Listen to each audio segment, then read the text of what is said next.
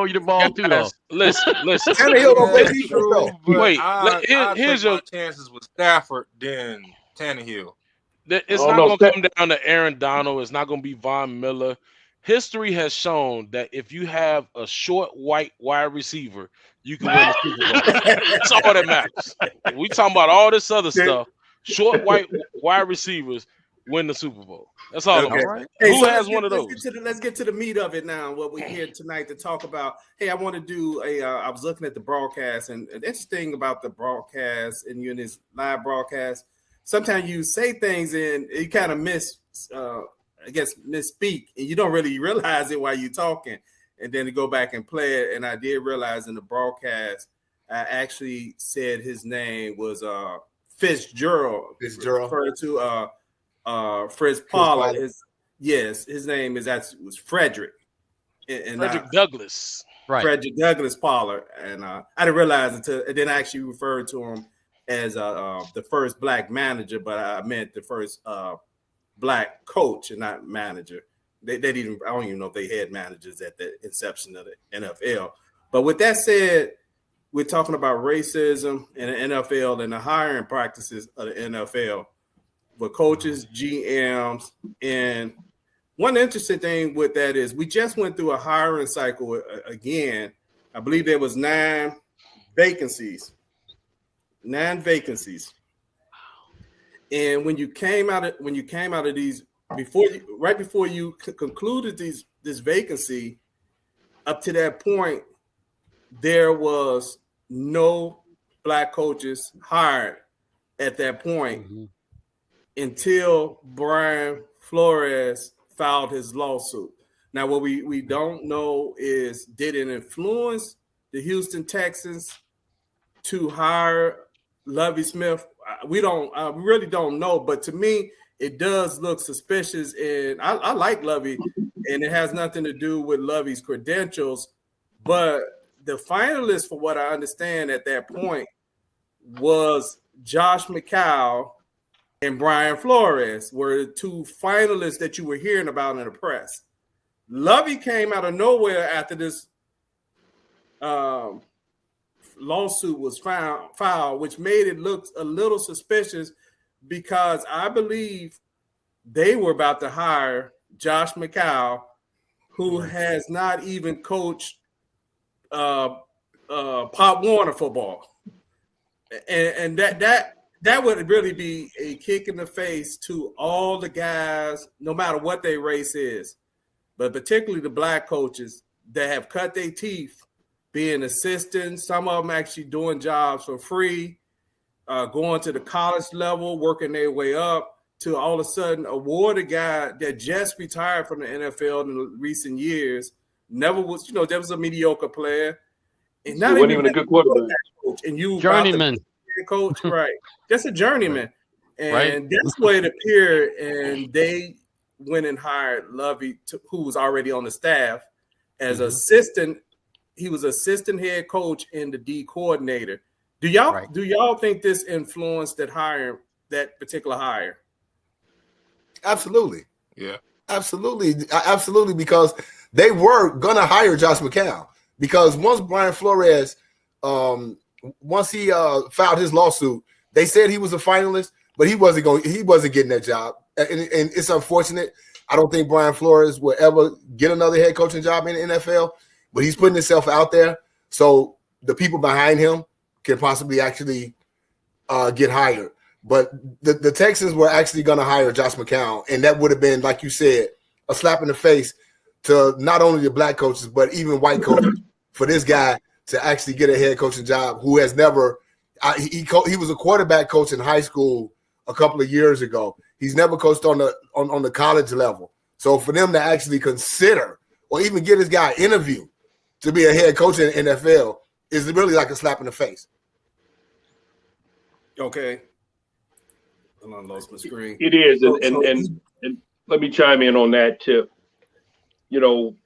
One of the things we have to continue to keep into perspective is that we're not living in a post-racial society. We're living in a racial society. We're living in a society where we've been told that race is this social construct, but we know that there are physiological, genealogical differences between races. And so it's not a construct. There are certain things about it that are constructs. Like one is better than the other one based upon intellect, saying that, that you have to be, we've always been told we got to be 10 times better. And even that doesn't equate, because you're dealing with a Lovie Smith who really, other than with his small stint with Tampa, had a successful run with Chicago. Overall, he's the second winningest coach in the history of Chicago, or something like that, second or third. So we're talking about someone who did get success, who should have had opportunities to help go deeper into that level of success. It should have even been, to be honest with you, he should have been a head coach. If you're going to hire a guy for 1 year that had no previous head coaching experience, then why wasn't Lovey that guy? So you bring in a guy who was a brother too. They lost, and 1 year, without their quarterback, he gets fired, and then you don't immediately, elevate Lovey, and but all of a sudden you do. That wouldn't make any sense. So the Brian Flores thing had an impact, because just like George Floyd had an impact on Juneteenth becoming a holiday, so it take a large, visible tragedy type thing to make people say, well, just to deflate this. It's funny how folks know how to de-escalate the wrong stuff. Right. And then we fall into the category like everything is okay, because we got 1.5 black coaches now out of the 9 opening, and we had candidates like Eric Bieniemy, Todd Boyles, all these great candidates that have been winning with the teams, the situation that they're in, and then it comes to Josh McCowney, who wasn't even him nor his brother were good quarterbacks. Not in the NFL, and then yet you get an opportunity above some of these great candidates. I mean, being 10 times better still ain't good enough in that environment. But hey, we'll talk about that. Okay. Hey, Mike, Christian, any of y'all want to make a comment on that as far as the move that the Texans made in reference to this?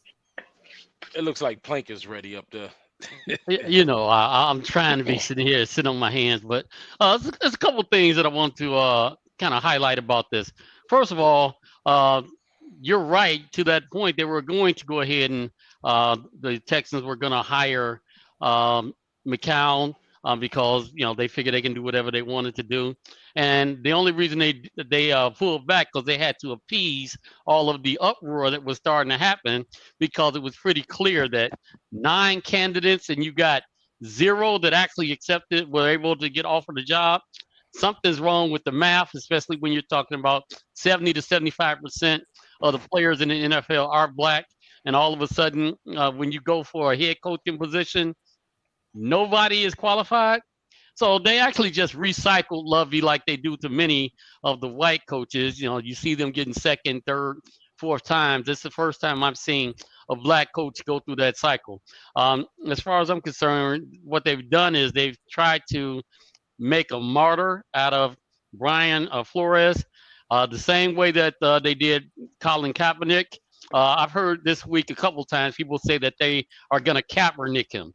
So he's actually done everything that he could. So he's the one that's kind of falling on the sword. And if you look at it, the Kaepernicks, the Brian Flores, the Kurt Floods, those are the guys that make a stand on principle. And at the end of the result, they're not the ones that actually benefit from that stand that they made. So I hope that Brian Flores does get a chance in the NFL. If he doesn't, he should still at the very least be a qualified candidate for a major job coaching at a college. So I don't want to, throw dirt on his career yet, but I don't see him getting a position in the NFL as a head coach anytime soon. Okay. Yeah, one of the things that I wanted to bring up is that it's interesting when you deal with black candidates, because they set this unforeseen matrix and we achieve the finish line, but then they stretch it and say, no, you got a quarter mile more to run. And so when that occurs, you look at the candidates that were in the candidate pool even before Lovey. all of them have reached a certain level of greatness within their particular area. I posted on Facebook maybe about a week or two ago that all 6 candidates have won a Super Bowl. Every last one of them won a Super Bowl as an assistant coach, and it really deems the term of what are you looking for out of an assistant coach. But to go back to what Nutty's point, Roger Goodell, when he first hit the NFL, I was like, this dude is out of control. He's just trying to be a control freak, saying this and that. But he came out with a letter that he sent to all NFL teams stating that the equality and the equity of our hiring practices have failed the NFL. And that's very, very interesting coming from a guy who's not a black guy, coming from a white guy saying that he's asking the question of why these guys are not getting hired. And he's come out with the NFL is now going to investigate the hiring practices based off of Brian Flores's lawsuit. And he said he welcomes the lawsuit.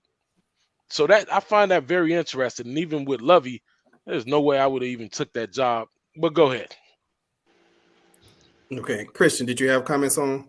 Yeah, just to piggyback off of what Coach Mike said, I actually feel bad for Coach Smith. And reason why I'm saying that is because, I mean, it's a terrible job. And then you interview me after so many people who wouldn't even qualify for a job. And then you just say, here's a job. You know, they're not even looking at, you know, what he's done in the past. And he has to take the job because he wants to coach. And if you coach before, you know that that's in you and you just want to just coach because that's, you know, that's just your thing. That's what you do. It's still in you. And he has to take a terrible job, no talent. And 9 times out of 10, when the talent gets to the team, he's not going to even be around to even reap the benefits. So it's just going to be another David Culley situation to where you get a job and you're only there for a year. And that's just tough. Like that has to change. You know, all black coaches get terrible jobs and then they never get another opportunity and ever again. Or you gotta be so excellent at what you do to keep your job. That's the only reason why Mike Tomlin is around, because he never had a losing season. Let him have one losing season. It's gonna be like this man's never won. Called it for his head, yeah. Well, it all depends. I mean, we talk about a franchise though, because like I say, I was born in 1969, and one thing about the Steelers, they've had 3 coaches in my lifetime. So you know, even though Mike Tomlin is black, he ain't never had a losing season. But the Steelers ain't really quick to fire no coach just because it might be the culture, but I'm talking about people. So the team might be consistent in that, but as people, as a you know, human beings, we're gonna look at that and be like, oh no, he need to get fired. Yeah, well, you know what? That's a good point, Christian, because the last 2 or 3 seasons, there have been fans calling for his firing in the middle of a season, right? Right. He has been able to turn it around and have a winning record. And I believe he's made the playoff, I think almost pretty much his whole time he's been coaching. You know, I mean, he might have missed it here and there, but I know the last 3 years or so, if they kind of start off slow and there's been like this call. But we wanted those who are watching us, please hit the subscribe button. And also, I want if Brother Talib could actually give a definition of racism. But even though we are talking about the NFL, this is not just exclusively for the NFL. You see the same behavior in a lot of corporate jobs. Yeah, it's not, and it's the same. And you know what? And some people have been done like Lovie Smith in a way where they're sitting there as like Brother Talib mentioned last week, a natural progression, right? You know, you're a player, then maybe you want to be a coach, right? Then after coach, maybe you want to be a GM, right? That's a progression of your job qualities. And some of us have experienced that in corporate jobs where we the next man up, and all of a sudden the job description changed. You know, now, you know, maybe if you're in finance, you need a CPA, and the job never needed a CPA. You know, and maybe you in some other field, and now the job needs a PhD or something, or now you need a master's degree. And then they hire somebody, and you're like, man, this guy pretty dumb. Right. Right. You know. I think something as a society, I don't think people really take into account on how much we question things, and that shouldn't be. Like Ryan Poles, for example, he got the job. We shouldn't have to question, okay, was this really his hire? You know what I'm saying? Because everybody that live in Chicago know that it's the Midwest South. It literally is. So much racism happen every day in Chicago. Just about the geography of where people live at. We can get into that too if we had the time. So you look at Ryan Post getting hired, and then you say, man, could he really have hired a black coach in Chicago?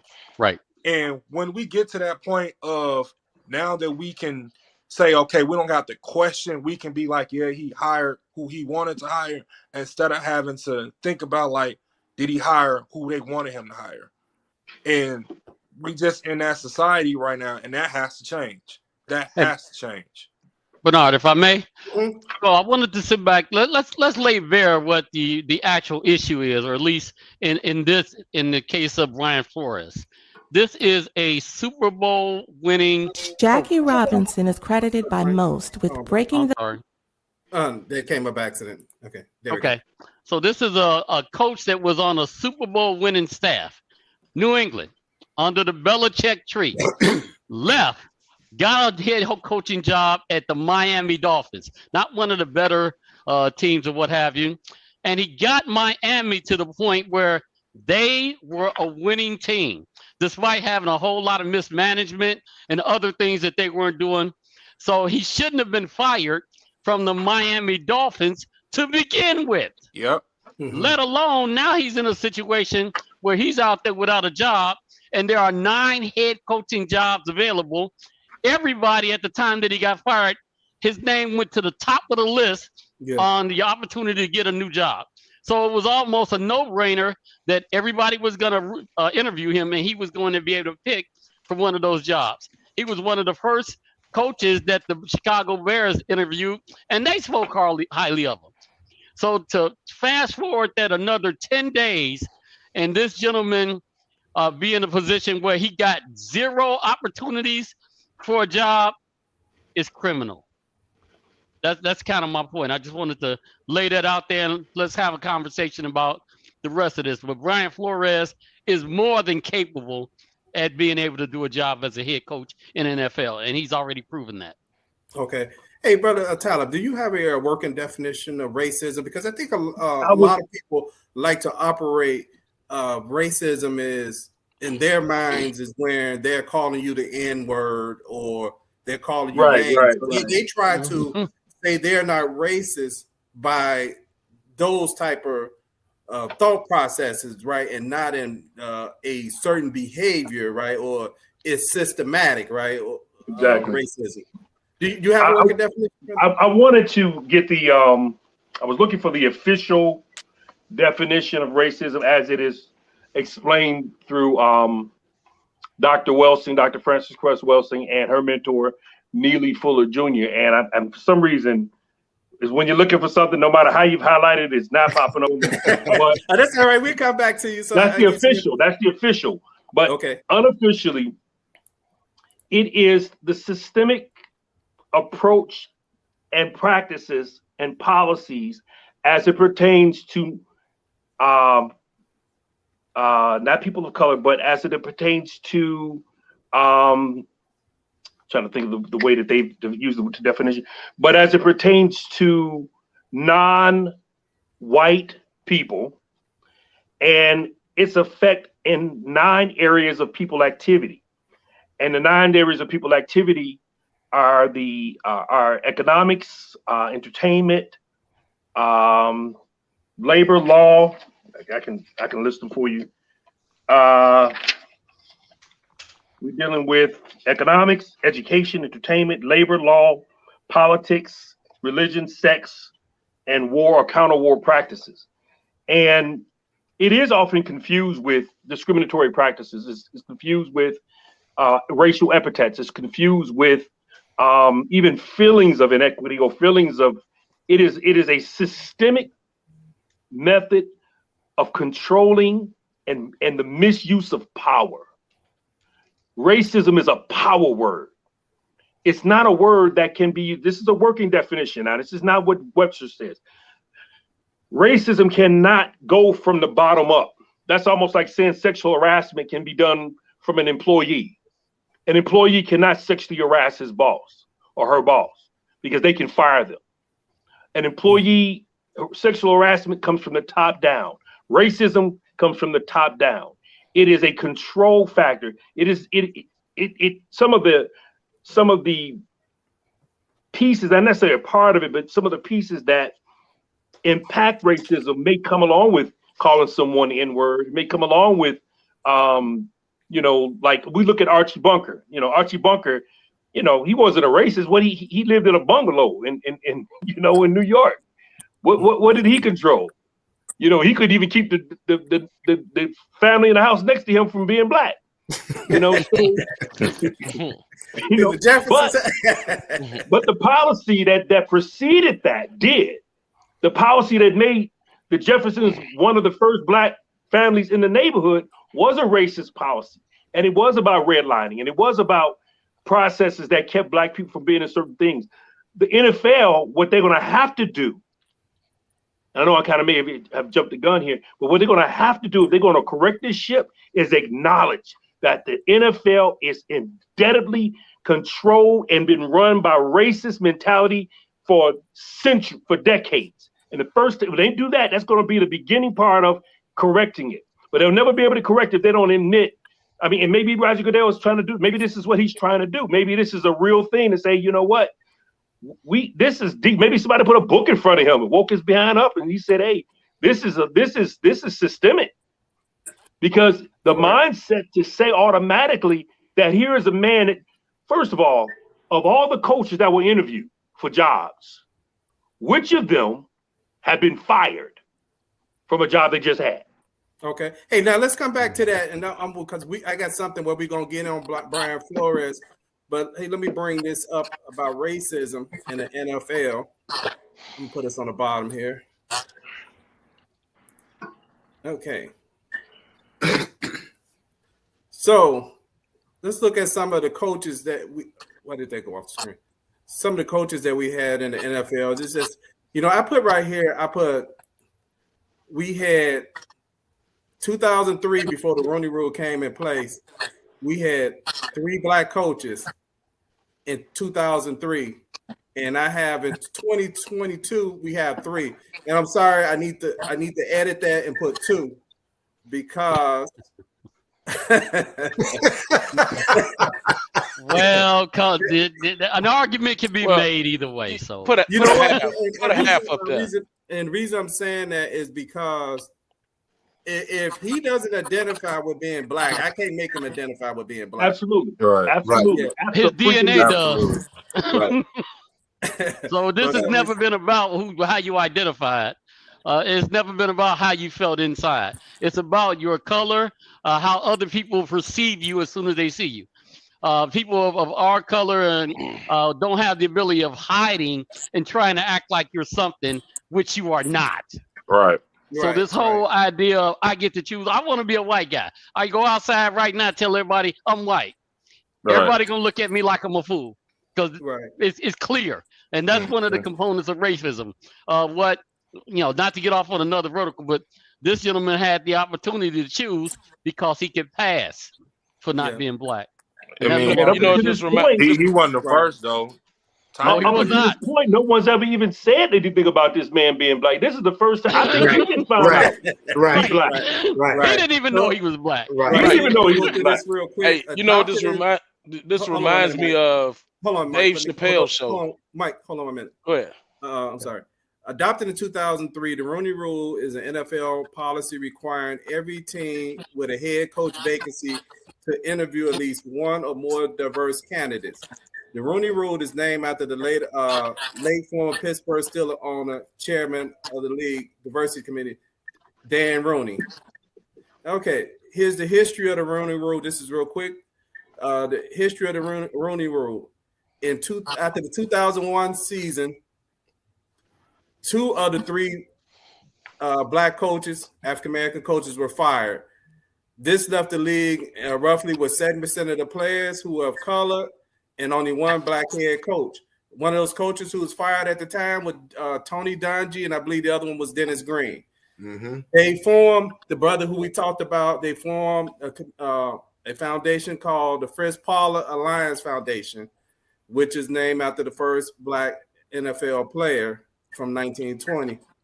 In response to this firing, in light of the league's poor coaching diversity track, this is straight from the Fritz Paula Foundation page. In response to the firing, in light of the league's poor coaching diversity track record, civil rights lawyer Cyrus, I think it's Myrie. I don't know if that Myrie. That's a feedback to somebody's mic. Johnny Cochran Jr. alleged that African American coaches were systematically disadvantaged in pursuing head coaches positions. Okay, the Rooney Rule was updated in 2020. I wonder why it was updated. I think it was related to Scott Cap, but that's my opinion. Interview at least 2 internal candidates now. Interview at least 1 minority coordinator. Interview 1 minority for general manager position. Okay, Super Bowl winners.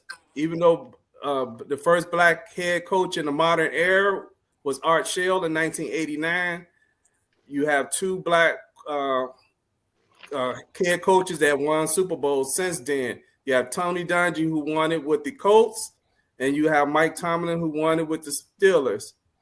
Also, you had a historical moment when Tony Dungy and the Colts faced Lovie Smith and the Bears, where 2 black head coaches faced off each other in the Super Bowl. Okay, now we got the Brian Flores lawsuit, and we'll come back to that. So, with that said, let's get back to the Rooney Rule. So, has the Rooney Rule worked? No. Can you house on that? I would contend that it has worked, because when we talk about the word work, we have to ask ourselves, what was the intention? And if the intention was to simply give black candidates an interview, that's worked. If the intention was to highlight that there's a disparity in hiring practices in the NFL, that's worked. Has it actually provided more jobs and more opportunities in management level when we have an NFL that still has less than 10% black management on any level higher than a coach and up? No, it has not worked. But that I don't believe that was ever its intent. I believe its intent was to do just what it is doing right now.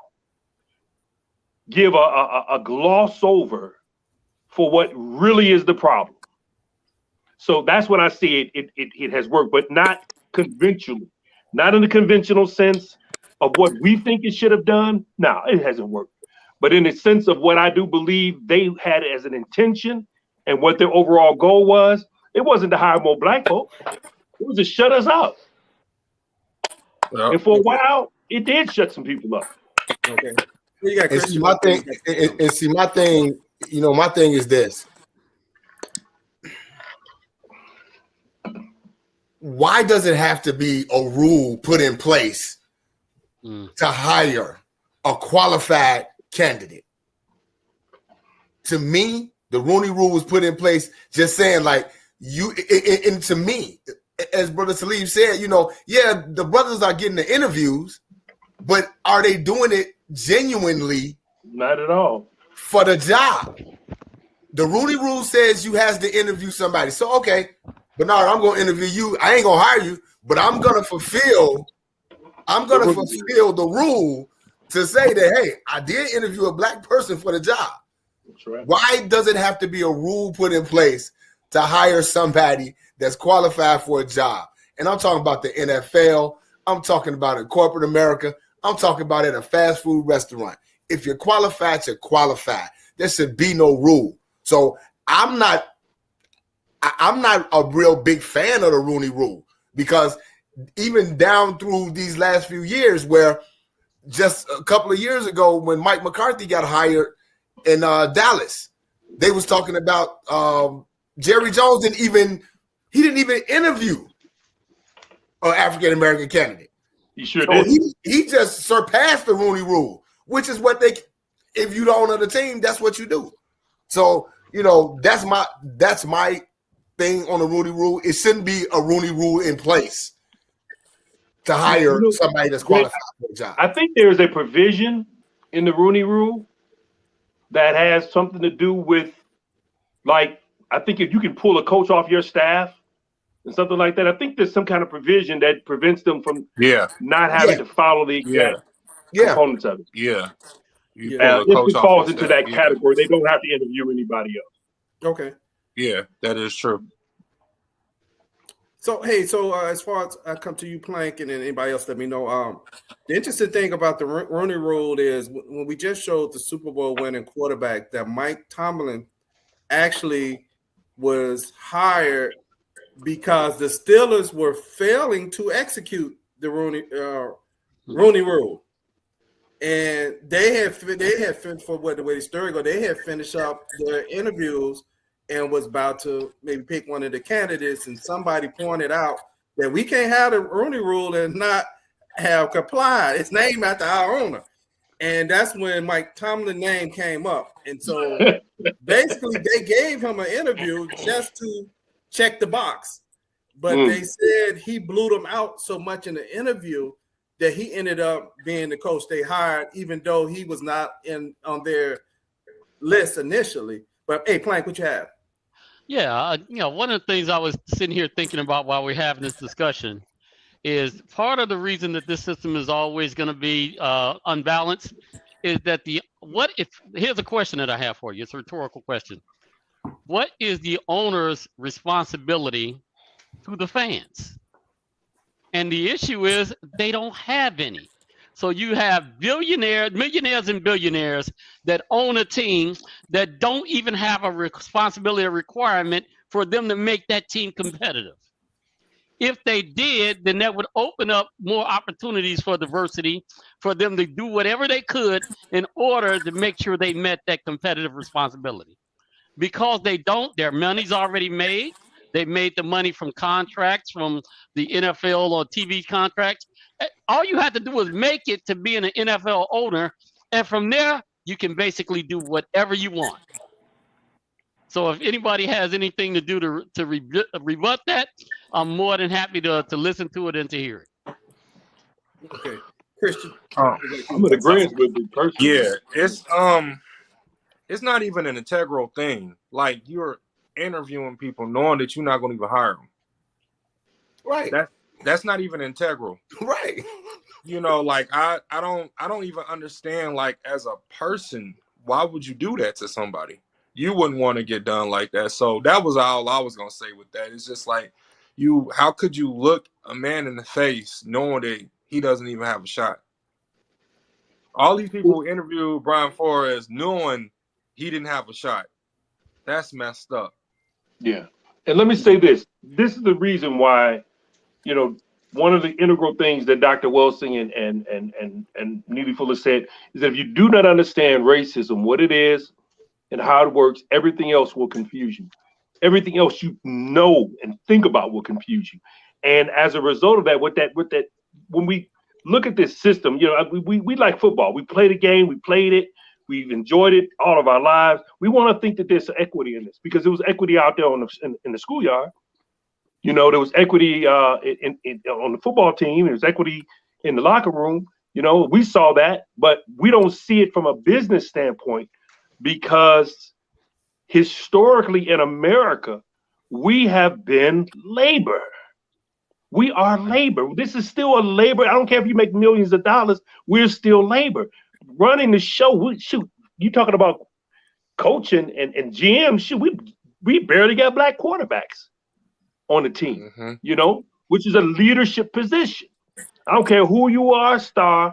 90% of all the MVPs of the Super Bowl have been quarterbacks, even if they didn't have a good game.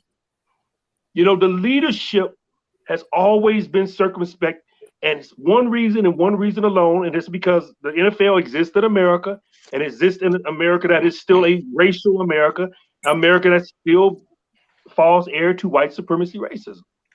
As simple as that. So the NFL reflects that. So does UPS. So does FedEx. So does Amazon. So does Walmart. So does all these other corporations out here.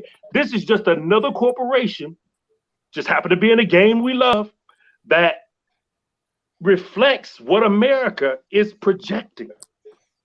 America is projecting white supremacy, racism, and until America deals with that, every piece of America is going to have that same reflection, including the NFL, NBA, because they ain't no better.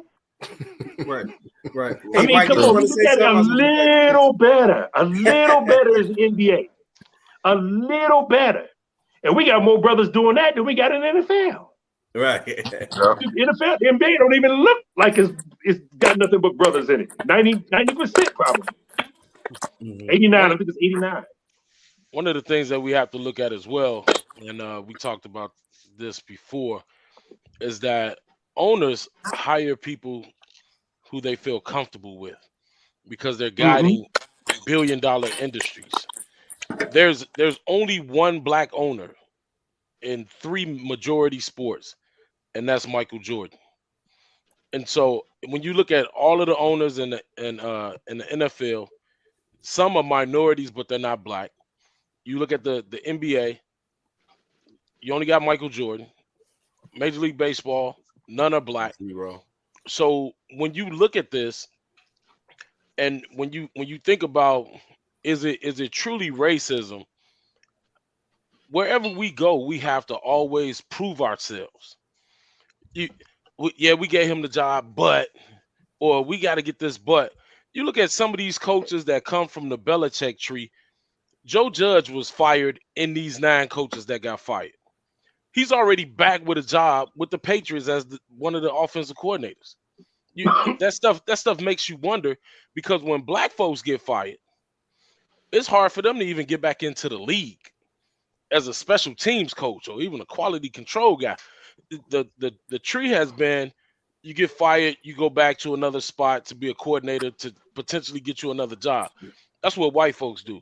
And you guys were talking about Mike Tomlin. Mike Tomlin fell into the perfect situation because majority of his coaches have been there for years. He didn't change much when he got there. He's got one coach that's been there, like 19, 20 years? Yeah. Got another coach that's been there over almost 20 years or so. So he just fell into a director's role with these guys still in leadership. So much has not changed since we were talking about black coaches coming on and leading.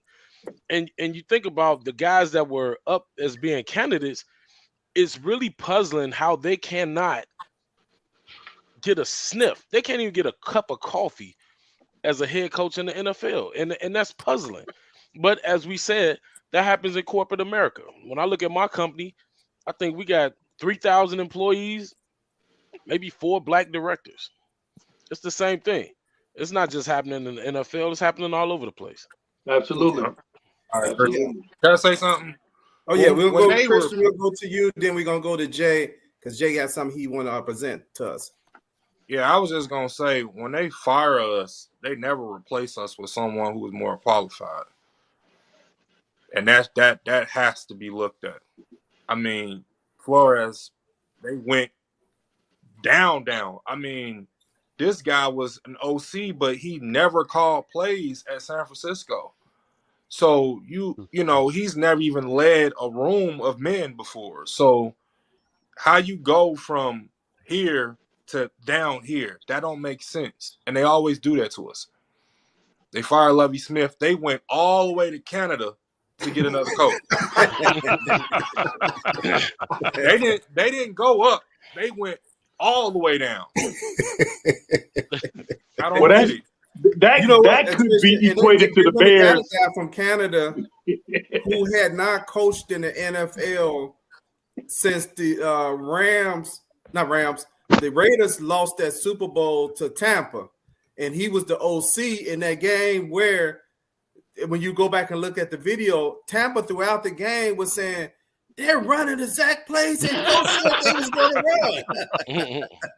So that was the end of Trestman as an NFL coach, and he ended up. I think he did one more season. He got fired, and he ended up in the Canadian League. But hey, let me go to Jay. I know Jay had some stuff he wanted to share with us. I was just talking about the hiring of the minority coaches or the black coaches in the NFL. The NFL has been around since 1920, and there has been 511 head coaches in the history of the NFL. Y'all hear that? 511 coaches in the NFL from 1920 to 2022. And only, not counting Fritz Pollard, there's been 19 African-American coaches. So let's look at that number. We're talking about 511 head coaches hired in the NFL. Counting Fritz Pollard, it's only been 20 African-American coaches. There is something wrong with that picture. It just, in my opinion, I believe it's one of those things where, it's a mentality that people look at and they say, well, when we was talking about Fritz Pollard last week, it was one of those things where it's like, how can these people don't want to take, they don't want to take no direction from no black person, or they don't want to do that. But it's not that now. It's just that I just feel, even in corporate America, where there is a it's an intimidation. It's an intimidation that they feel from black people, and we can't understand. I can't understand that, because again, all we want is the opportunity, and we should be afforded that opportunity because we are qualified. And as you stated, we have 2 head coaches that's won a Super Bowl. We had some head coaches that was qualified this year to get, as we say, recycled. Why can't the black coaches be recycled like the white coaches are recycled? Josh McDaniels gets another chance. Leslie Frazier, who I think is a darn good head coach, didn't get an opportunity this year. Todd Bowles didn't get an opportunity this year. Byron Leftwich, who's up and coming, he didn't get an opportunity. They say Eric Bieniemy doesn't interview well, so he hasn't gotten the opportunity. I really think the Saints actually just interviewed him to appease the Rooney Rule, because they say his interview was an 8-hour interview. And then they decided, oh, you know what? Dennis Allen is our defensive coordinator, so we just gonna hire him. He was already on the staff, just like the Lovey situation. So, the hiring of these black coaches is just criminal, as Bernard said, because the bottom line is they're qualified, and all they ask for is an opportunity, and the opportunity is what they're not getting. Okay. And don't forget that if you start getting so many interviews as a black coach, that'll go against you. Yeah. So let's it's like say running your credit report too many times. Right. Right. That'll go against you. You got too many interviews. You got bad Right. That must be Look, wrong. everybody agreed that you good, so we can't hire you. Right. What? And that's how racism work in reverse, right? Because if a white candidate was getting that many, he's a hot shot. He's the hot shot candidate. He can pick whatever team he wants. He's deciding among his options. But the black guy must be something wrong. He must interview. They don't want you, right? He doesn't present a plan, right? Right. Which is what they said about Bieniemy. That's what they said about Bieniemy. They say every interview that he's went on, people felt that he doesn't present a plan as far as being a head coach. In 8 hours? Really? In 8 hours. Right. But, you talked to the man for 8 hours, and didn't think he had nothing good to say. Wow. You know who else? Maybe they was trying to get it out of him. He could have accidentally come up with a plan on that one if he was a stutterer. If he had a stutter, he could have come up with a plan. They did the same thing Jay, to I want to put what you said into coordinator for the Steelers, who was at Detroit a couple of years ago. His last name Austin. I can't think of his first name. Terry Austin. That dude. Terry Austin. Yeah. Terry Austin. They did the same thing to him. He was on the peak of one of the new hot shot head coordinators that was, about to get a job and whatnot. He started getting too many interviews. Never heard from him again. Never got another opportunity. And that's how they do us. Okay. Hey, Jay, when you was talking, when you said something to the effect about them being concerned when we're in positions of power. And as you were talking, I thought about Western Illinois, the school that, a couple of us on this broadcast went to. And for maybe a decade, Western had a black president over a black guy that was a president of the university. Uh-huh. And one of the things that happened while he was over the school was black enrollment increased. Yep. And interesting thing is white enrollment decreased. And yep. What was being said was, and I read it in a few articles in Des Moines, some of the people who decided not to go there were saying he was making it into an HBCU. Mm-hmm. Now, the interesting thing was you're talking about a school that probably averaged maybe in the 80s or whatever, 90s, maybe 800 black students that had went up to, I believe, about a little bit less than 2,000 out of the enrollment started dropping some, but it had been hovering around 9 to 10,000. But from that increase in enrollment of black students, the enrollment dropped to the school enrollment. It fell below 8,000 students to a point where there were almost talk of maybe the school might close. But that's neither here or there. But Plank, I would want to, you could bring up some of the names and stuff that, as far as some of the coaches that Jay were referring to. Let me bring that up on the screen for you. Okay. Okay. Well, I did it not share. Let me go here. Let me go there. Wrong item. Let me see. Head coaches. I think I have to remove that. There we go. And I had to add this to the screen. Boy, you're going to get that IT certification before it's over. Right. I'm get right. Okay. So, hold on. Let's go here. It looked like it doesn't want to share. Hold on. Let me see if it's at the bottom somewhere. Oh, there we go. Right there. It still keeps wanting to bring this. Oh, here we go. Right here. All right. Can you see that, Plank? Yeah. Can you increase that? Hit the on my side. Control and plus. The control key and then plus, it'll make it a little bit bigger. Well, okay. Let's try that. Control P. Yep. Control and plus. Okay. Plus symbol. Okay. Control. If you like, I can share it. Okay. All right. Let's go ahead and do that. I'll share the screen.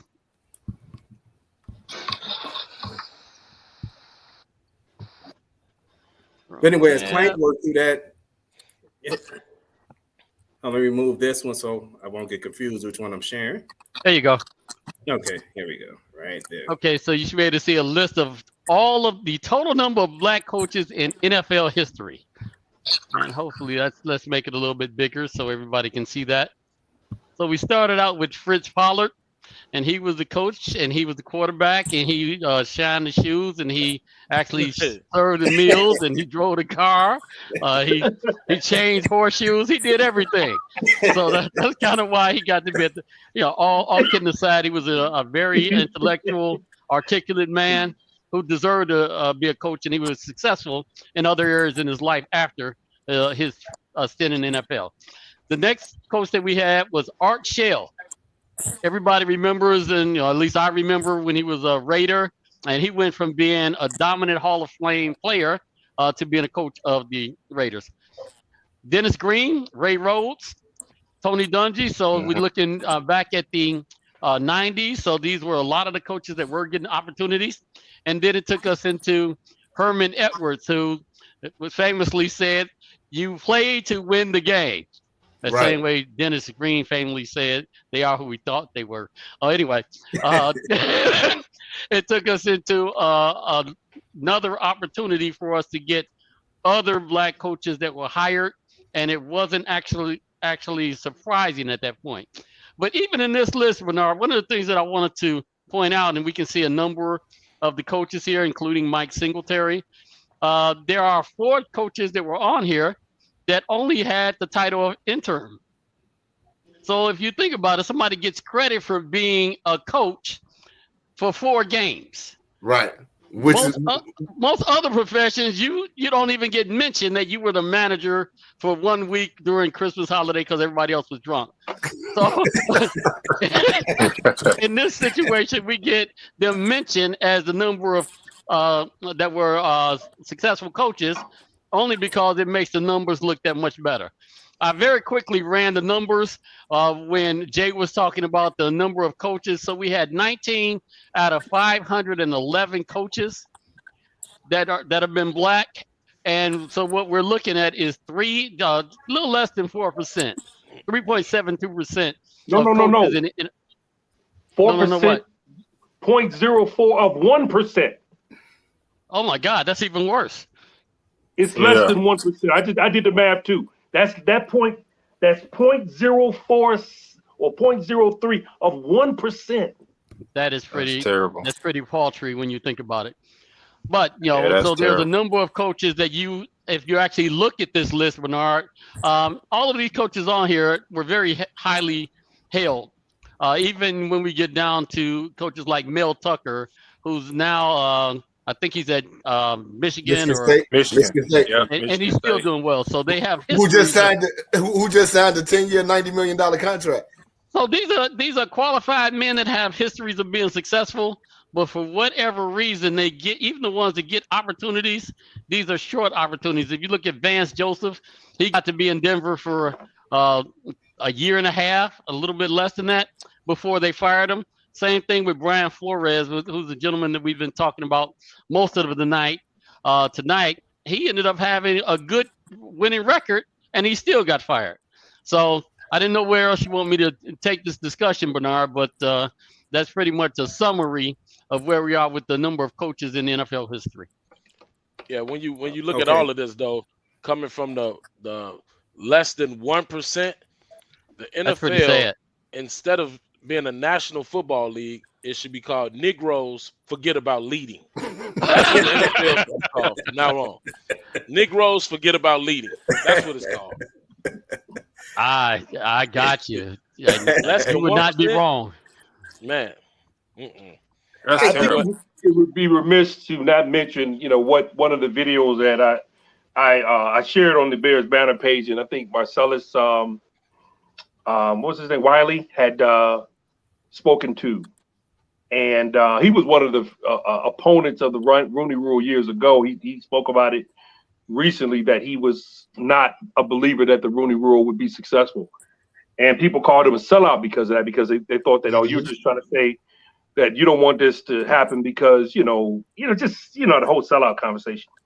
But what he said was so integral. You are addressing hiring practices, but you don't address. It's like saying I'm addressing your ability to wear a suit or some clothing, but I'm not going to address the distribution or the ownership or the production component to that. He made a very valid point. We don't have ownership. You addressed management. People gonna hire who they want to hire. Right. Like he said, my company exists of everybody look like me. My mama, my cousin, my brother, my sister. My business and my company, all the people that have been through here reflect me. No matter who walks into my place to use it, everybody who runs it looks like me. You didn't address ownership. That could have been controlled.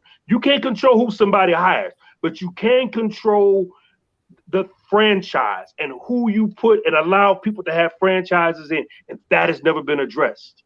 Mm-hmm. And then, because if nothing else, this is what I think would have looked like. You got a black ownership team. It's going to look like black folks that run that team. They win and get successful. They do well. What's going to happen?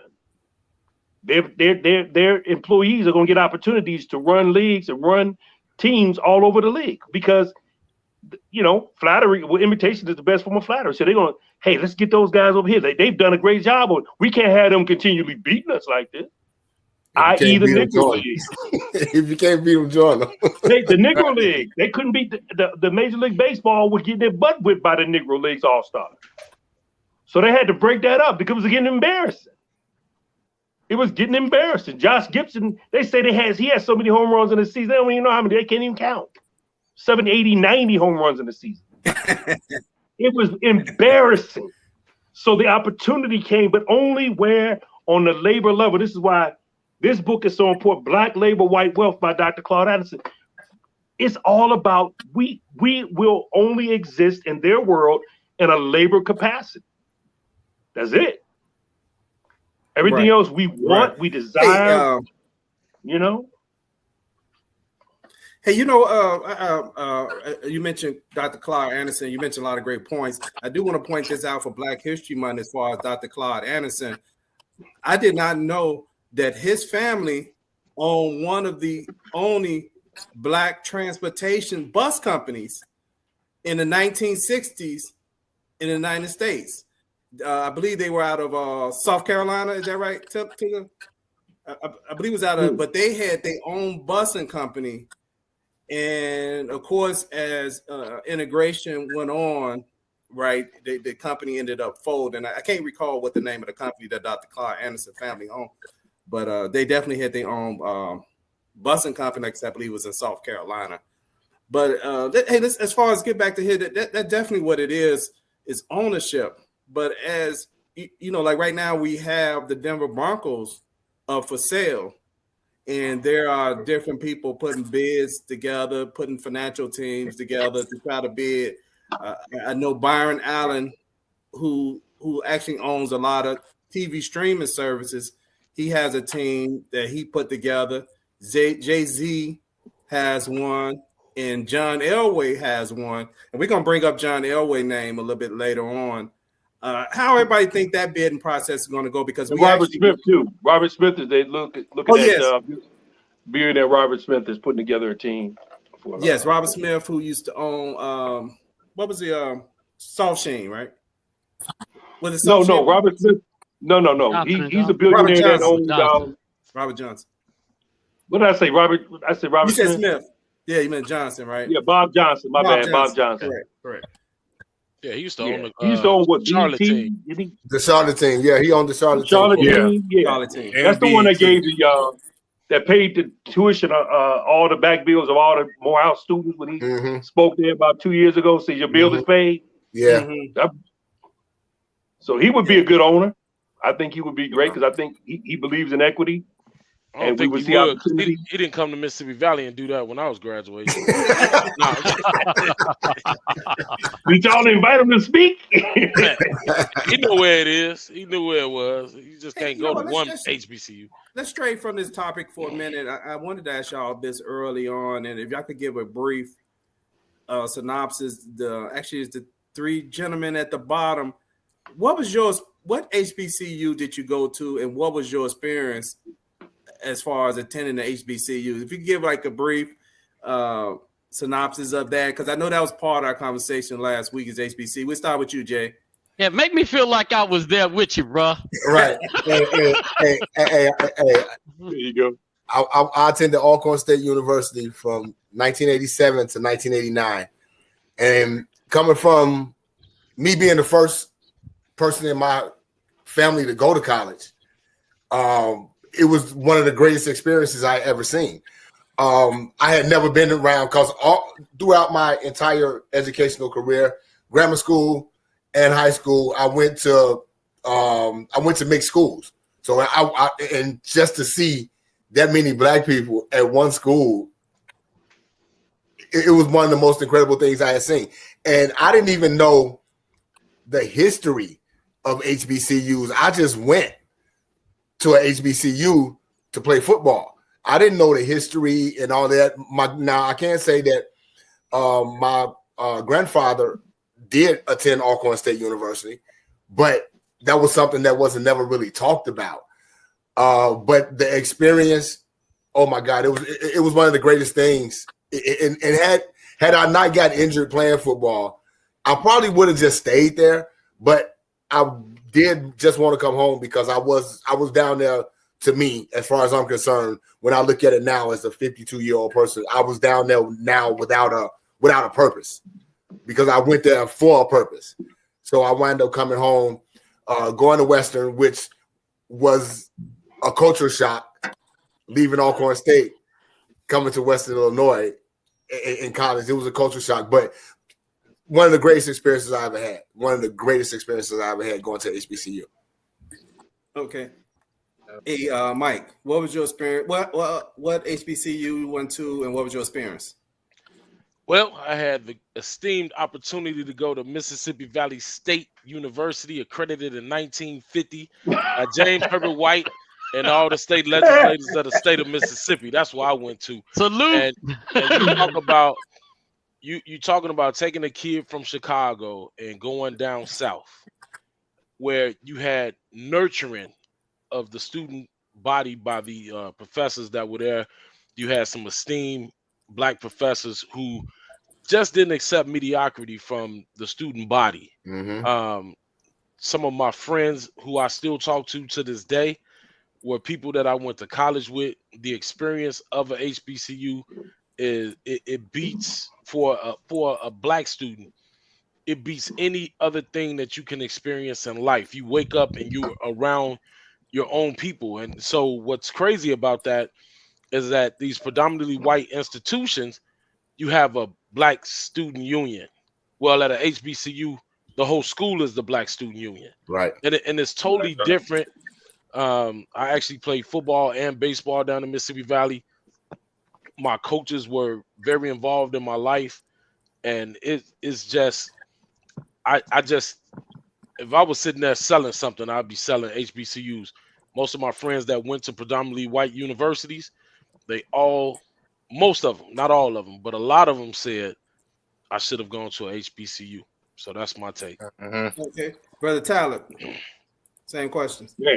I went to the Alabama State University, founded in 1867. So at we was Alabama all in- Normal College. So you started it.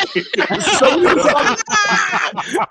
was all in the SWAC. So we was all in the SWAC then. But you know what? My first We was all in the SWAC. acceptance letter to an HBCU was Alcorn State. And I didn't know from hell to high water where Norman, Mississippi was. So ain't nowhere in the world. I looked at that like, Mississippi, Norman, Mississippi. So when I ended up going, I ended up spending the year at PWI, and then I went on down to Alabama State, close to where my brother was at Tuskegee. We had a legacy in our family of HBCUs, you know, Morehouse, Central State, what else? Just Florida State, Florida A&M. My uncle. We had a bit of a legacy there, and I was very grateful to be able to be in that environment. I didn't know what it was going to be about, you know, but I will say that it was probably the single most just learned experience of everything. I mean, I learned more about us on good and bad. I learned about just the I think Jay mentioned about the way that they took care of us. I mean, it was a family environment. Mm-hmm. I was invited home during Thanksgiving when I couldn't travel to Chicago by one of my instructors, invited me to have Thanksgiving dinner with her and her husband.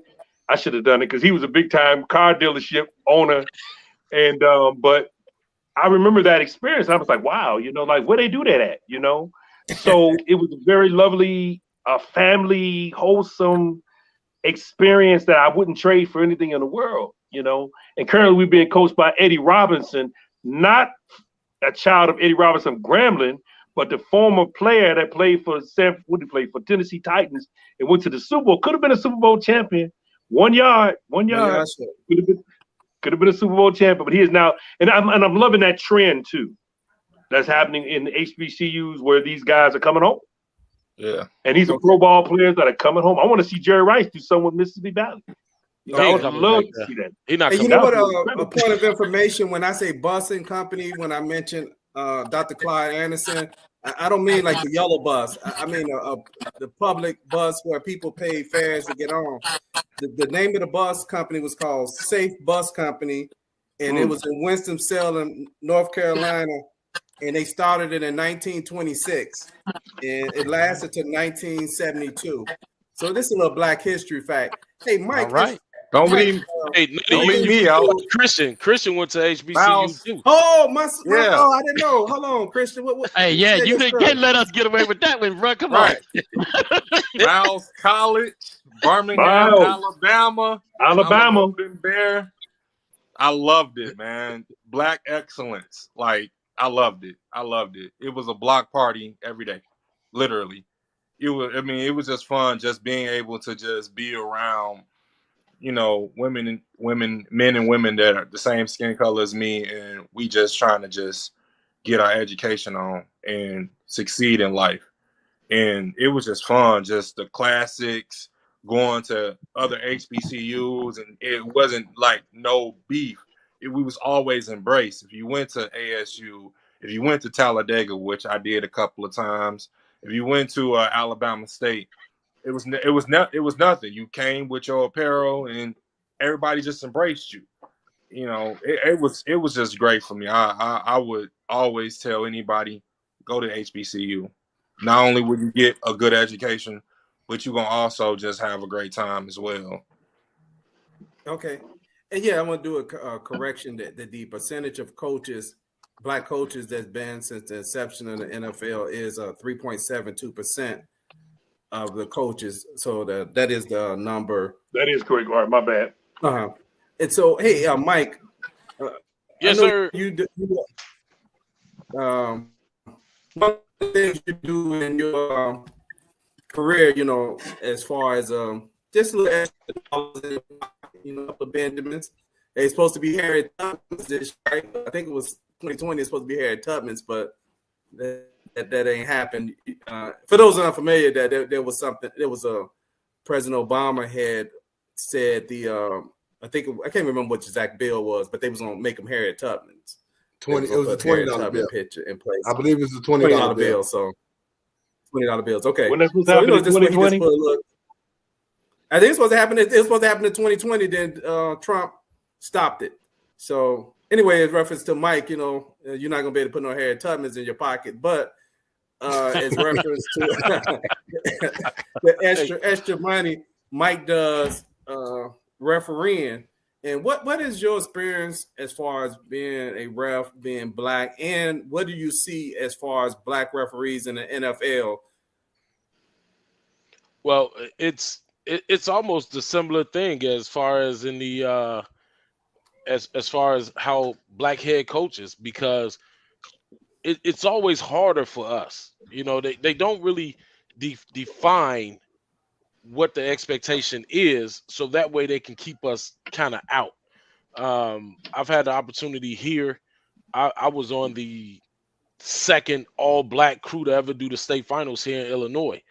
And it's just always interesting because our crew, when we went into it, we knew there was going to be some kind of black backlash or blacklash for us, because we were all Black, and we've always defined ourselves as being an all Black crew. There's been times where members on our crew in the playoffs couldn't make the games or whatever, and the state will call me and say, "Hey, we're going to send you this guy." I said, No.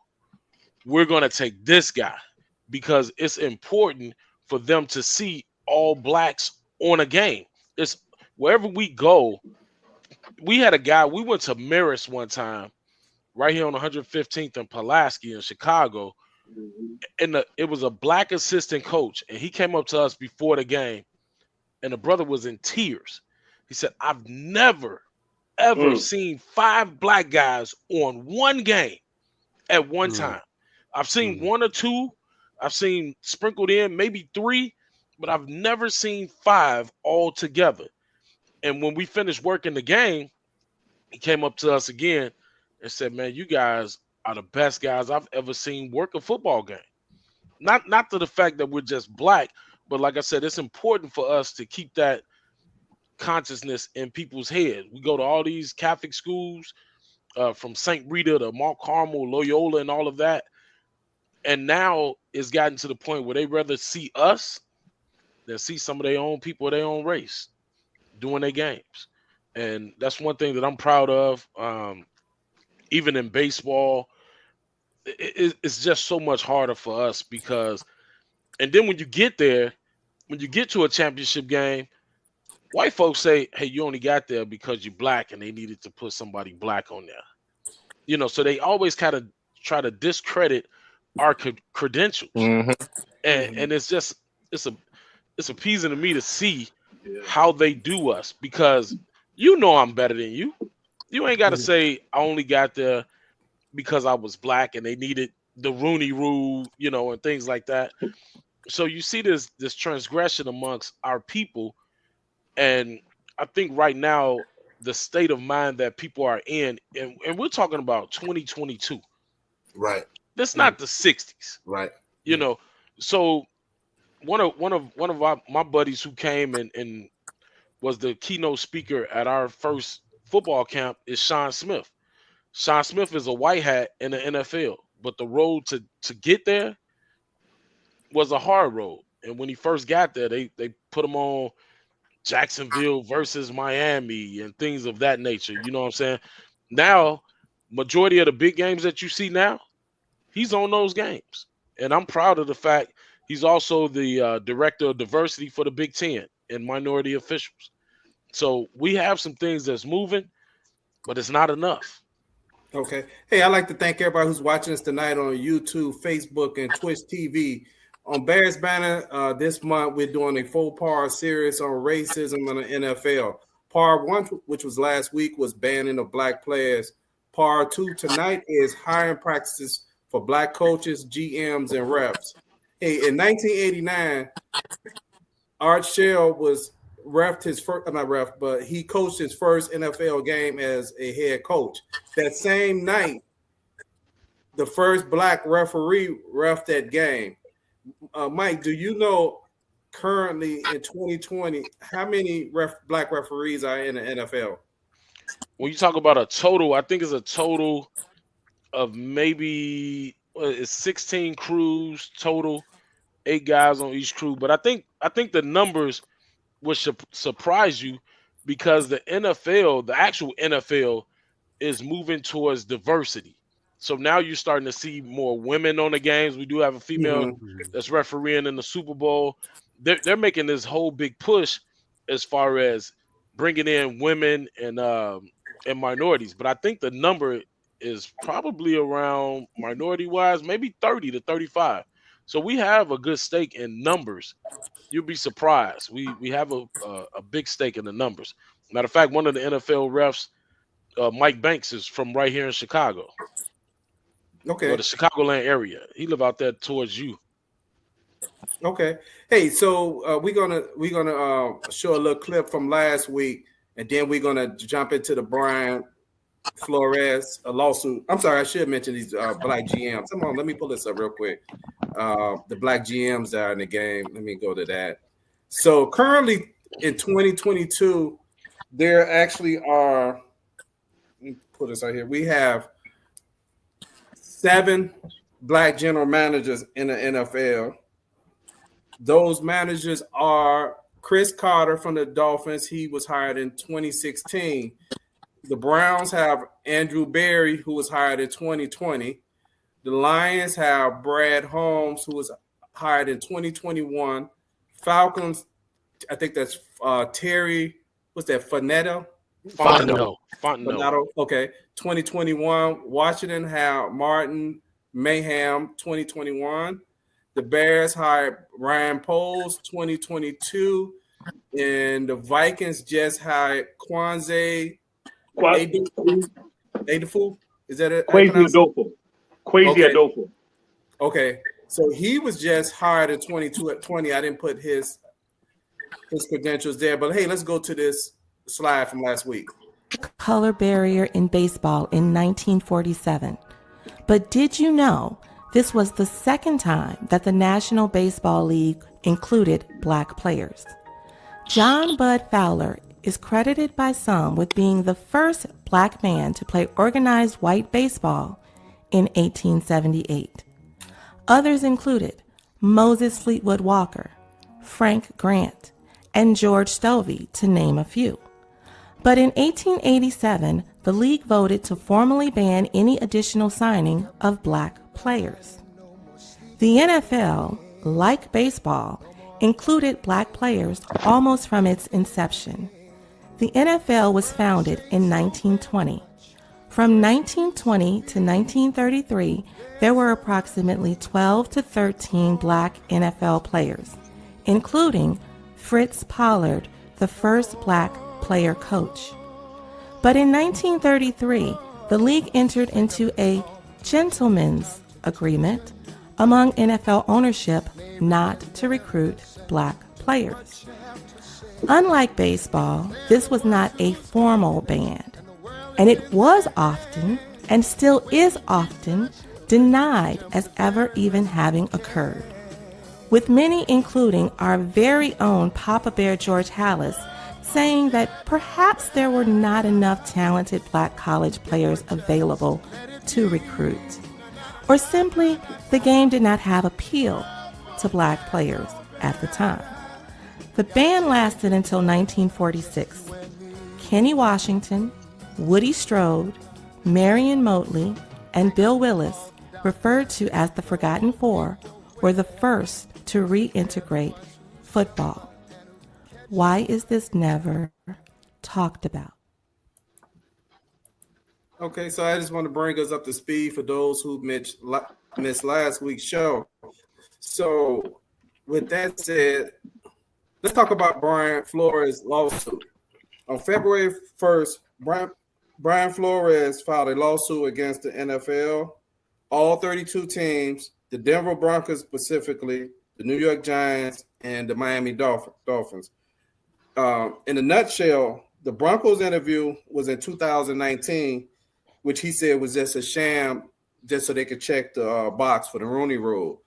One of the examples he stated was the fact that John Elway, which I said was, as I mentioned again, because John Elway is one of the people who has a bid in for the Broncos. He claimed that John Elway and some of the other people came to the interview an hour late, and they appeared to be intoxicated. The other lawsuit is against the Giants. He said that was just to check the box rule as well. The thing about the Giants was he got a text message for Bill Belichick of the Patriots congratulating him that he was going to get the job, to only find out that he was actually trying to text the other Brian. Not the black Brian. White Brian. Yeah, I say how you can get that Brian mixed up on your phone. Right. So Got to be more careful. So that was some of what kind of got him more upset, that he actually was going to an interview that he felt he had no opportunity to get the job. And then the lawsuit against the Dolphins is he alleges that the Dolphins owner, Stephen Ross, offered him $100,000 for each game that he lost in the 2019 season so he can improve their draft position in 2020. And the NFL, he's suing them because he said the NFL that's discriminated against black coaches in the Rooney Rule is not working. So that's just a nutshell. You know, the lawsuits themselves are much longer than this, but this will give us at least a working point to start from. So, I mean, is this a valid lawsuit? Oh, okay. Christian said his sound went out. He couldn't hear what we were saying. Okay. Yeah, he exited. He's going to come back in. Come back in. Okay. So, in reference to this lawsuit, do we think it's going to go anywhere? It do look like he probably may end up being the sacrificial lamb in this situation, kind of like Kaepernick was as far as quarterback, him being banned, even though the NFL tried to deny he wasn't banned. And so they kind of gave him this, as far as Kaepernick, they gave him like a sham workout. What was that? Was that last year? I can't remember. The years are merging together. It was 2019, I believe. Where nobody showed up and they changed the location of the venue. They changed the location of the venue. Cap was about 75 for that workout anyway. Now. They can still beat most of these guys today. Yeah. so I think the lawsuit. Go ahead. Oh, so in reference to that, in comparison to this, he will probably get in. I'm gonna make a comparison. Maybe he gets some kind of fake interview still going forward. I don't know, but what do y'all think about this lawsuit? Hey, Plank, get at it. Let's let Jay go. Oh, Jay? I think the same thing is going to happen, like with the Kaepernick situation. The NFL is probably going to wind up settling with him just to make this go away, which is what they did with the Colin Kaepernick thing. I don't like I stated earlier. I think he's going to wind up being, not coaching in the NFL again. But I do think what's going to happen is the NFL is going to try to settle this and make it go away. Okay. I don't think it can go away now with him bringing this lawsuit, because the lawsuit is based on discrimination. Mm-hmm. And so now I think, and like I said, my perception of Roger Goodell before is totally different than it is now, because I used to watch the podcast with I Am Athlete with Brandon Marshall. And he used to always talk about Roger Goodell has his open door policy where you could bring in things to talk to him about it. Mm-hmm. And I was like, man, Brandon Marshall's nuts. You can't talk to Roger Goodell. And he said, no, he used to talk about, he calls him Uncle Roger. He says, Uncle Roger will sit there and listen to you. And I'm like, no, he won't. But like I said, it's interesting because like I said earlier in the broadcast, Roger Goodell is welcoming this lawsuit because he wants to get this stuff out in the open to uncover, because I think this is going to hurt the brand of the NFL. One more point before we jump to the next person, because we keep bringing up Kaepernick.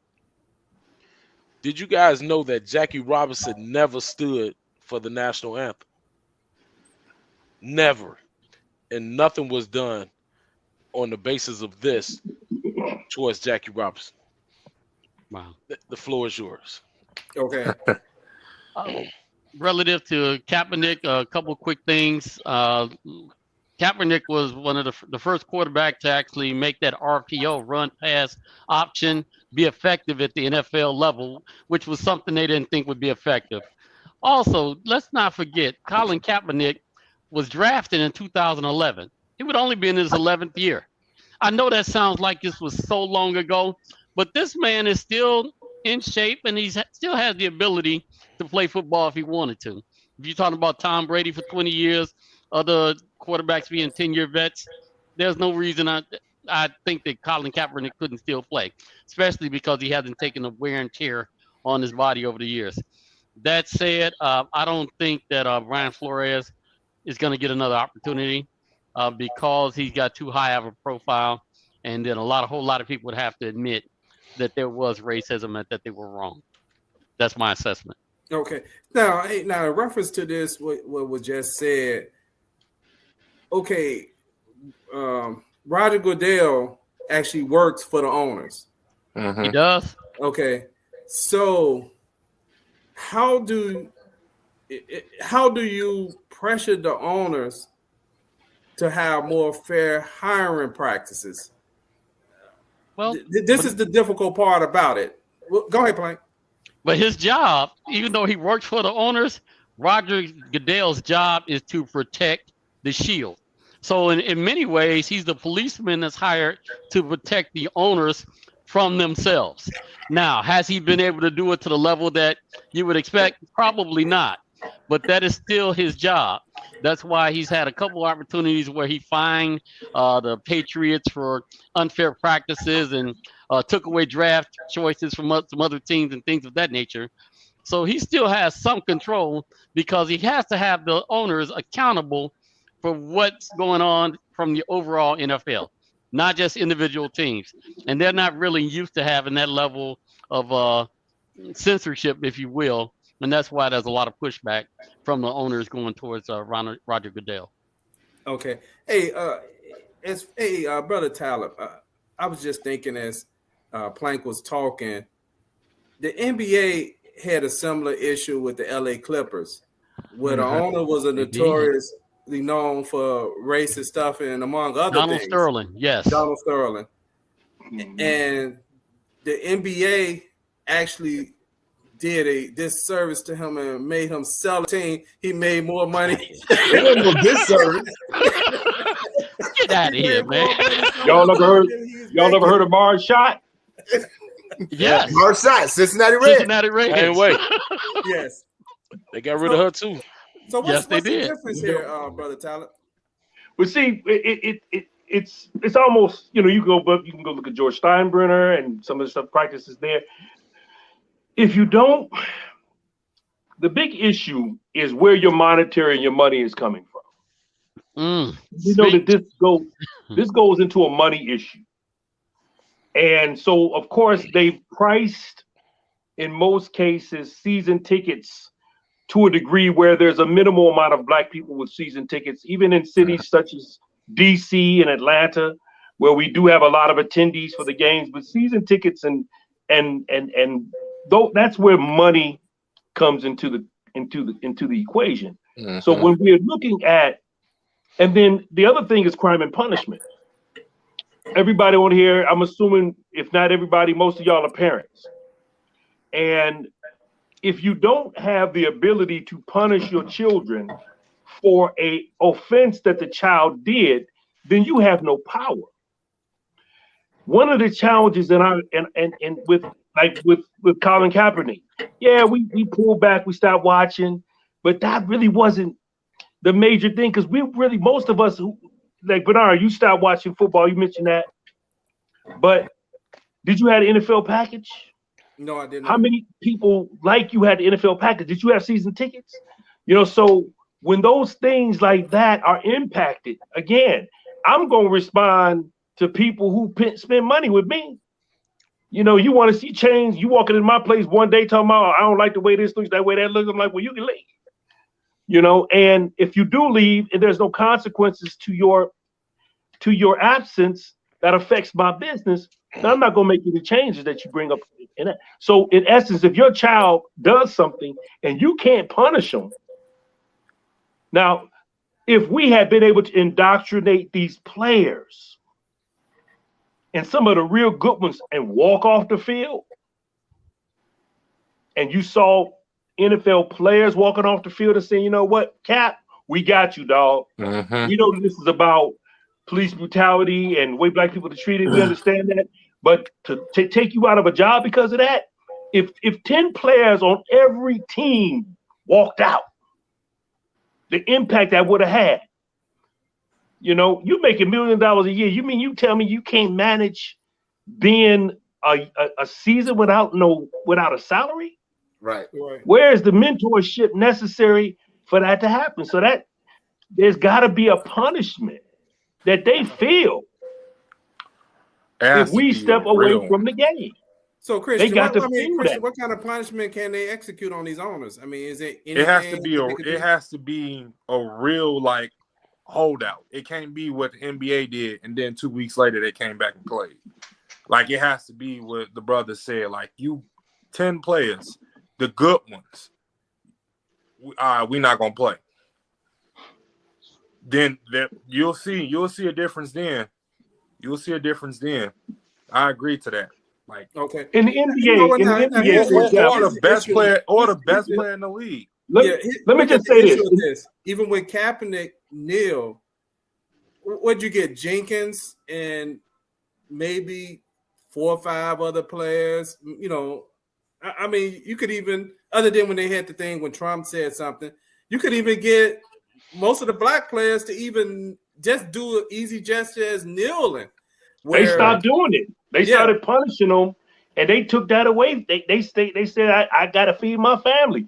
I make $17 million a year. How I'm going to feed my family on $17 million a year? He threatened Jerry Jones actually threatened some of the players out. He's one of the owners that actually came public that he was going to cut some players if they.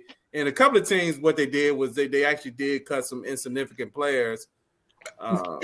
That's the word, insignificant players. Right. Insignificant players. What was the incident that happened that made all the owners take a kneel after they said they players gotta show respect during the national anthem? Because it was a statement that Donald Trump made. Right. It was, But it affected the Shield. It affected their brand. It affected their money. That's the only reason why they did that.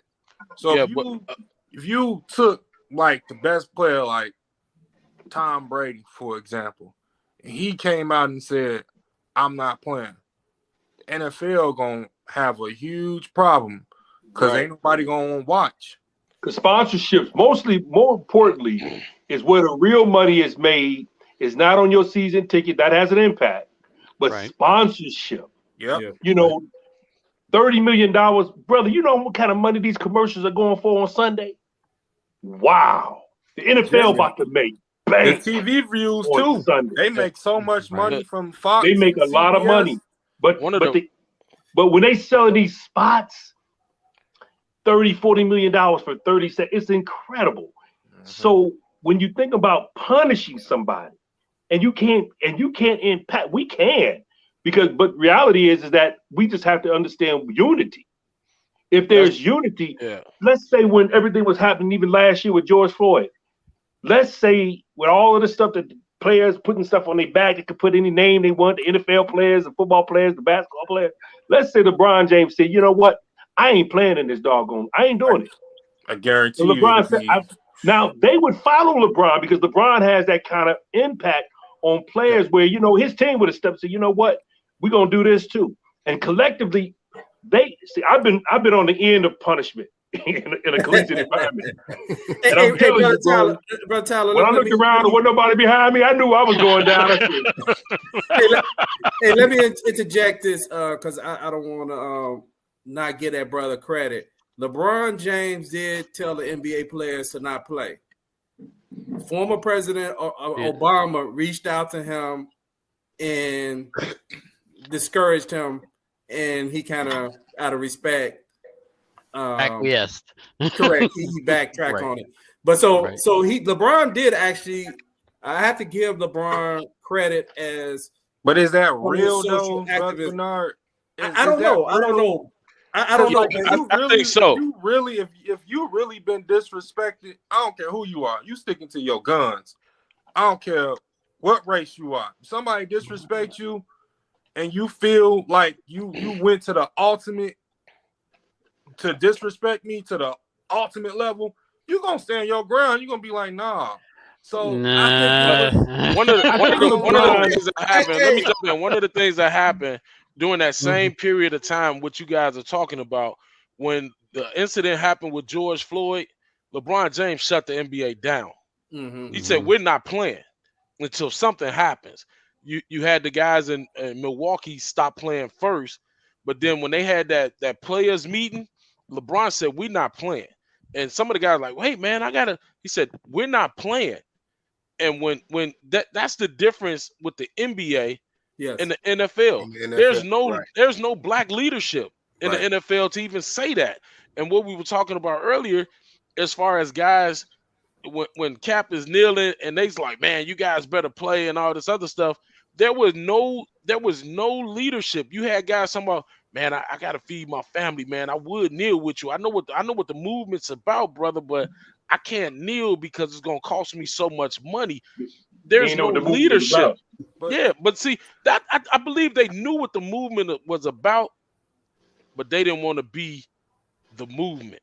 Because, and I'm not the biggest LeBron James fan, but when that brother talks in the NBA, everybody around him listens.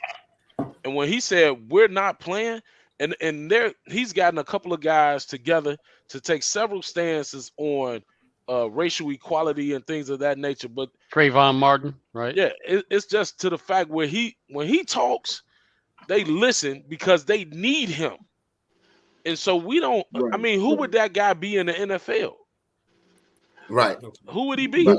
The only problem with LeBron James is, and this is one of the things that the quote unquote conscious community has to be more responsible for, is how we integrate and remember, Spike Lee used to have this class for NBA players. When you come in, black players, he would had it arranged with the NBA for them to come and speak with him, so he could talk to them about some of the things they're going to be facing and running into. And a lot of these players, they come from very urban situations, from very degraded situations. They don't really have any, even LeBron. I mean, for LeBron to be where he is now, consciously, it's amazing because he didn't come from that. Mm-hmm. He came from a 17-year-old mother, no father in the house. So he came from a real rough situation where basketball was literally probably his only way out. And when you start to matriculate in growth in how you think and your consciousness, you have got to get scholarship behind that. And I think the challenge is that, and this is what I saw when I saw things fizzle, when he was speaking on those issues, and not to turn it to an NBA thing versus NFL. What I saw was that the scholarship behind it wasn't rooted. See, you can't have a leadership component that's racism and white supremacy, which is systemic, and you got athletes running it. You got to defer. You got to defer. I'm not saying anything against that. They don't have a voice. Jim Brown had a voice. Kareem Abdul-Jabbar had a voice. We can go back to all those athletes and entertainers. But until you have transferred that over to your scholastic community, to your economists, to your politicists, to your clergy, to those individuals that form a leadership component, they're not going to take. This is why Donald Trump met with who? Did he meet with Minister Farrakhan? Did he meet with Claude Addison? Who did he meet with?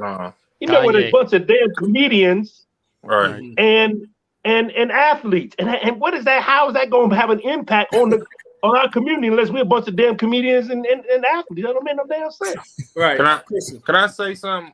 My whole premise about the LeBron thing, I get where y'all coming from, but for me, I look at change what Ali did. When you put yourself and say, nah, this needs to be done, and you lose something and change happen, that's what I look for. So I get all of that, but Ali took a stand and lost what a third of his career. Yeah. For he lost his prime years, In his importantly, he lost the prime. So when I look at LeBron in this situation, I'm not gonna ever count nobody's money. But was it really a change? What's 2 weeks in the NBA for NBA players in this society? What's 2 weeks? You talking about we missed the season. Then I'm gonna look and say, all right, they really about this life. But when you only miss 2 weeks, and because that's all we've been doing for decades, centuries, is talking. We talk a lot. We have so many conclaves and things like that. We talk, but when it comes down to action, to doing something like Ali did, to doing what Colin Kaepernick did, we haven't seen no big time player do that in any sport besides boxing. Ali did that.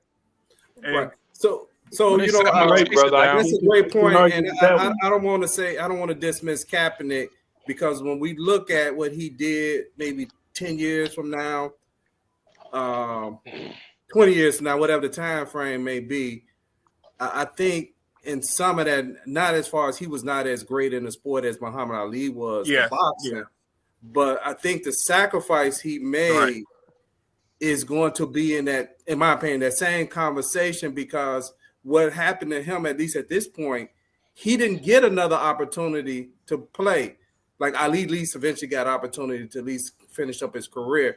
But when we talk about racism and leadership in the NFL, we're going to try to wrap this up in the next 10 minutes or so, is how do you affect racism in a business like this where they're making their money regardless of what I or anybody on here think about it? Jake accounts his season tickets and somebody else gonna scoop them tickets up, and then they're not gonna miss a beat.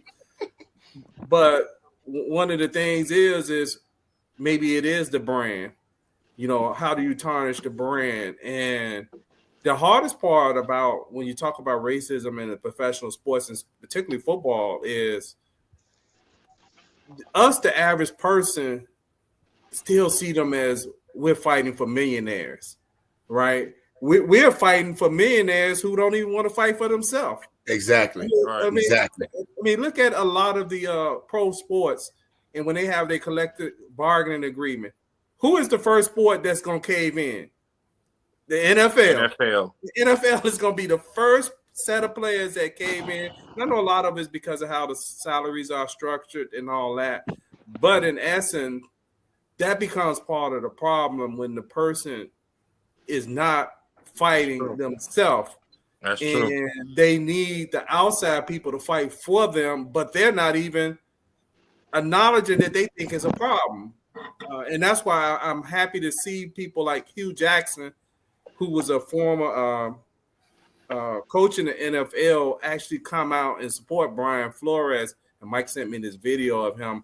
And I believe there's other NFL coaches that are joining in because it's supposed to be a class action lawsuit that's joining in on this lawsuit. So we hope that something positive come out of this. I mean, anybody else got anything to say about the lawsuit or racism in the NFL? Because I know next week we got the black quarterbacks and things like that. And then we got black activism as the fourth segment. What I appreciate about Hugh Jackson is that, first of all, he corroborates what Flores was saying about incentivizing losing. We know that it happens. And they're not the first to do it. We know the Clippers did that for years. The Lions probably did it for years. I hope they did it. I hope they just wasn't that bad.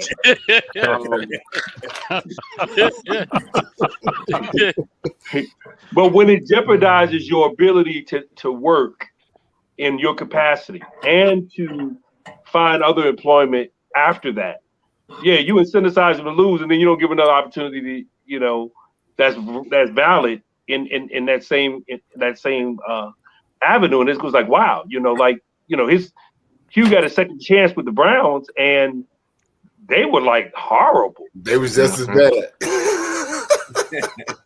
They were horrible, but they had the first pick. How many years in a row? About 2-3 years in a row. Yeah, they had the first pick in the draft, trying to build from draft equity.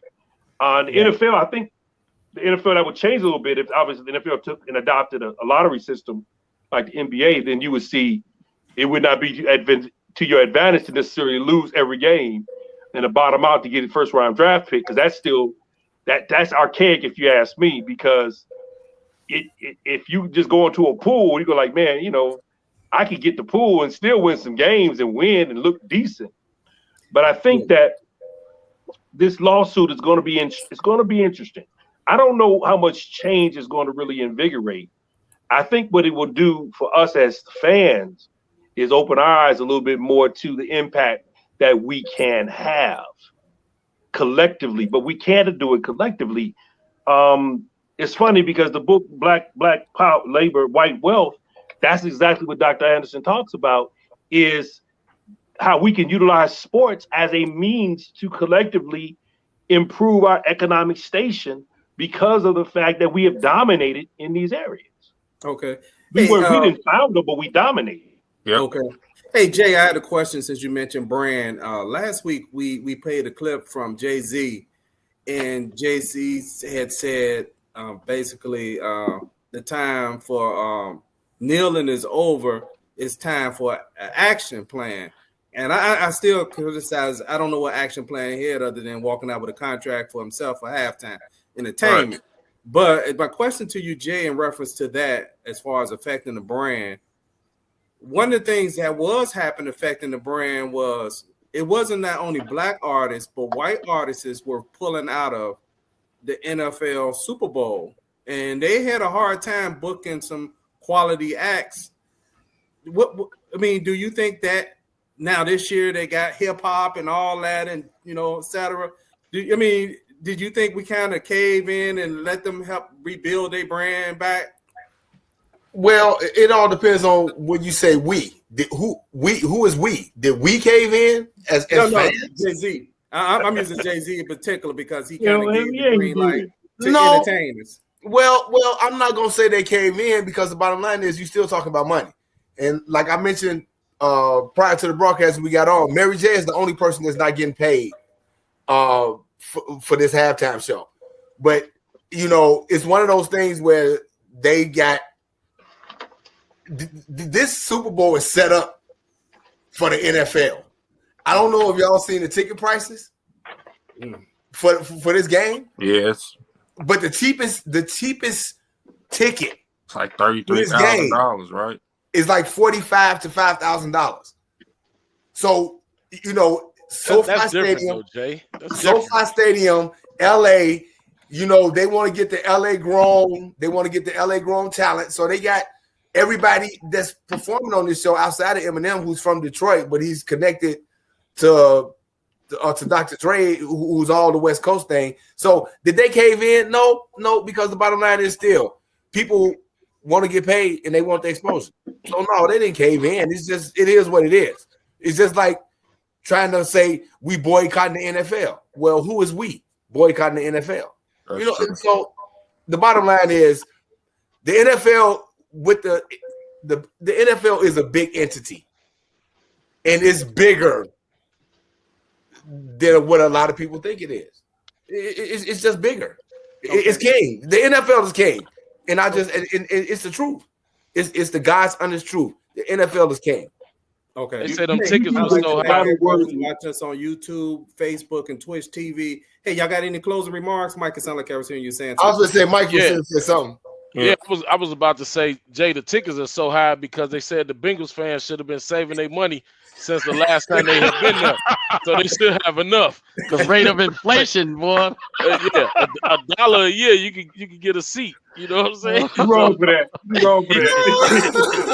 Yeah, I seen where parking was up to like $5,000 for parking. Hey, man, listen. And so people are man, if I had a house around there, you know what? You could park in front of my house and I for about $2,000, and I'll drive you right back over there to the stadium. hey, you can Airbnb my house. I'd be right. There are going to be no ordinary folk at SoFi Stadium Sunday night. It will. It'll be the Bengals fans who have saved their money and put it into a pot for the next time they ever. What, they ain't been there since what, 89? 89. That's a stretch. Like 89. It might have been 89.